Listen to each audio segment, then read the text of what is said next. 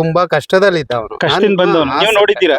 Sir ಕಷ್ಟದಲ್ಲಿದ್ದ ಅಂದ್ರೆ ಇಲ್ಲೆಲ್ಲ ತುಂಬಾ ಮತ್ತೆ ನಮ್ಮ ಮಾವನ್ ಮಗ ಇದ್ದಾನಲ್ಲ ಫ್ರೆಂಡೇ ಅವರು ಅವರು ಕೂಡ. ಹಾಗಾಗಿ ಚೆನ್ನಾಗಿ ಶೋ ಮಾಡ್ತಿದ್ದಾರೆ ಅಂದ್ರೆ. ಟಾಕ್ಸ್ ವಿತ್ ಯು ಲೈಕ್ ಮಾಡಿ, ಶೇರ್ ಮಾಡಿ, ಸಬ್ಸ್ಕ್ರೈಬ್ ಮಾಡಿ. Thank you sir. ನಮಸ್ತೆ. ನಮಸ್ತೆ ಸರ್. ತಮ್ಮ ಹೆಸರು ಸರ್? ನಾಗೇಶ್ ಅಂತ. ನೀವು ಯಾವ್ರವರು? ಸರ್ ನಾವು ಬಂದು ರಾಮಂದೂರು. ಪಕ್ಕದೂರೇನೆ. ಗಿಲ್ಲಿ ನಟ ಅವ್ರ ಪಕ್ಕದೂರು. ಹಾ ಸರ್. ಗಿಲ್ಲಿ ನಟ ಅವ್ರ ಬಗ್ಗೆ ಏನ್ ಹೇಳ್ತೀರಾ? ಶೋ ನೋಡ್ತಾ ಇರ್ತೀರಾ? ಸರ್ ನೋಡ್ತಿದೀನಿ ಸರ್, ತುಂಬಾ ಚೆನ್ನಾಗ್ ಆಡ್ತಿದಾರೆ ಅವರು. ಆದ್ರೆ ಅವ್ರನ್ನ ರೇಗ್ಸೋದು ತುಂಬಾ ಜನ ಇದಾರೆ. ಅದಕ್ಕೆ ಏನ್ ಅನ್ಸುತ್ತೆ ನಿಮ್ಗೆ? ತುಂಬಾ ಬೇಜಾರಾಗುತ್ತೆ? ಖುಷಿ, ಯಾಕಂದ್ರೆ ಅವನು ಇದಾನೆ, ಬಿಗ್ ಬಾಸ್ ಅಲ್ಲಿ ಇದಾನೆ. ಆದ್ರೂ ಇದ್ರೂ ಕೂಡ ಅವರಿಂದ ತುಂಬಾ ಜನ ನೋಡ್ತಿದ್ದಾರೆ, ಕರ್ನಾಟಕದ ಜನ ತುಂಬಾ ನೋಡ್ತಿದ್ದಾರೆ. ಅವ್ರಿಲ್ಲ ಅಂತಂದ್ರೆ ಬಿಗ್ ಬಾಸ್ ಏನು ನಡೆಯಲ್ಲ ಅಲ್ಲಿ.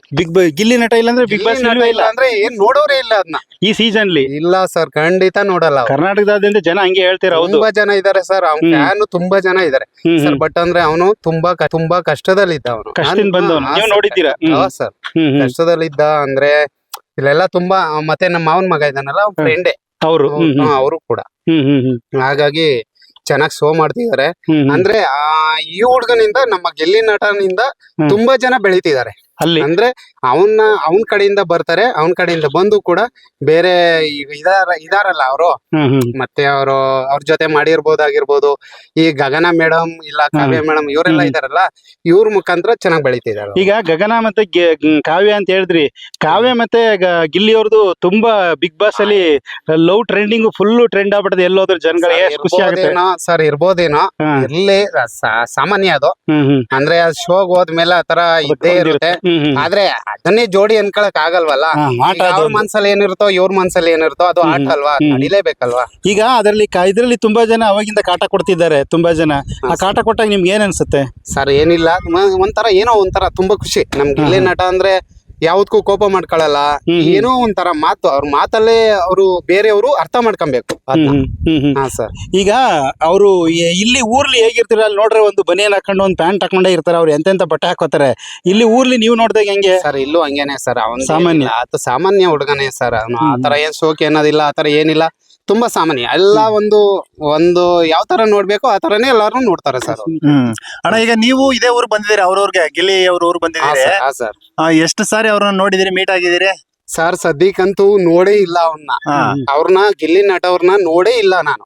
ಯಾಕೆಂದ್ರೆ ನಮ್ಮ ಮಾವನ್ ಮಗ ಕ್ಲಾಸ್ಮೇಟ್ ಹುಡುಗ. ಯಾಕೆಂದ್ರೆ ನಮ್ಮ ತಾಯಿ ಊರಿದು. ಹಂಗಾಗಿ ನಾನ್ ಬರ್ತಾ ಇರ್ತೀನಿ, ಹೋಗ್ತಾ ಇರ್ತೀನಿ. ನಮ್ ತಾಯಿ ಮನೆಗೂ ಅವ್ರು ಬರ್ತಾ ಇರ್ತಾರೆ. ಹಂಗಾಗಿ ಅಂದ್ರೆ ಈಗ ಬಿಸಿ ಆಗ್ಬಿಟ್ಟಿರ್ತಿ, ಈಗ ಸಿಕ್ಕಿಲ್ಲ ನಿಮ್ಗೆ? ಅವಾಗೆಲ್ಲ ನೋಡಿದಿರಿ? ನೋಡಿದೀನಿ ಸರ್. ಅಂದ್ರೆ ನಮ್ಮ ಮಾವನ್ ಮಕ್ಳು ಅವ್ರ ಮನೆಗೆಲ್ಲ ಬರ್ತಾರೆ, ನಮ್ಮ ಅವ್ರ ಮನೆಗೆಲ್ಲ ಬರ್ತಾರೆ, ಹೋಗ್ತಾರೆ.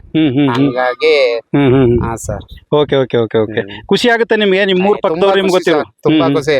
ಯಾಕೆಂದ್ರೆ ಆ ಹುಡುಗ ಬೆಳಿಬೇಕು ಅಂದ್ರೆ ಇವಾಗ ಅಂದ್ರೆ ಬಿಗ್ ಬಾಸ್ ಹೋಗಿದ್ದಾರೆ ಇವಾಗ. ಅಂದ್ರೆ ಅವರೇ ವಿನ್ನರ್ ಆಗಿ ಬರ್ಲಿ ಅಂತ ನಮ್ಗೆ ಆಸೆ. ಹಾ ಸರ್. ಓಕೆ. ಈಗ ಬಿಗ್ ಬಾಸ್ ಮನೇಲಿ ಅಣ್ಣ ಅಶ್ವಿನಿ ಗೌಡ ಆಗಿರ್ಬೋದು, ಒಂದಷ್ಟು ಜನ ಸರ್. ಅಂದ್ರೆ ಅಶ್ವಿನಿ ಗೌಡ ಅಂತ ಅಂದ್ರೆ ಅವರು ಮಕ್ಚರ್ಕೆ ಅವ್ರು ಮಾತಾಡ್ಕೋತಾರೆ.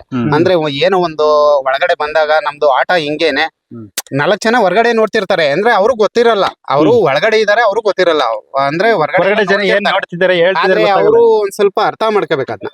ಹೊರಗಡೆ ಜನ, ನಾವು ಒಳಗಡೆ ಆಡೋದ್ಕಿನ್ನ ಹೊರಗಡೆ ಜನ ನಮ್ಮನ್ನ ಯಾವ ತರ ನೋಡ್ತಾರೆ ಅಂತ ಅವರು ಅದನ್ನ ತಿಳ್ಕೊಂಡು ಆಡ್ಬೇಕು. ಹಂಗಾಗಿ ಅವ್ರು ಒಂದ್ ಸ್ವಲ್ಪ ಹೊರಗಡೆ ಹೆಂಗಿರ್ತಾರೋ ಹಂಗೆ ಒಳಗಡೆನೂ ಸ್ವಭಾವ ಹಂಗಿದೆ. ಪಾಪ ಏನ್ ಮಾಡಕ್ ಆಗುತ್ತೆ, ನಡೀತಾರ. ಓಕೆ, ಪ್ರಾಮಾಣಿಕವಾಗಿ ಹೇಳಿ ಅಣ್ಣ, ಬಿಗ್ ಬಾಸ್ ಮನೆ ಟಾಕ್ಸ್ ವಿತ್ ಯು ಲೈಕ್ ಮಾಡಿ, ಶೇರ್ ಮಾಡಿ, ಸಬ್ಸ್ಕ್ರೈಬ್ ಮಾಡಿ.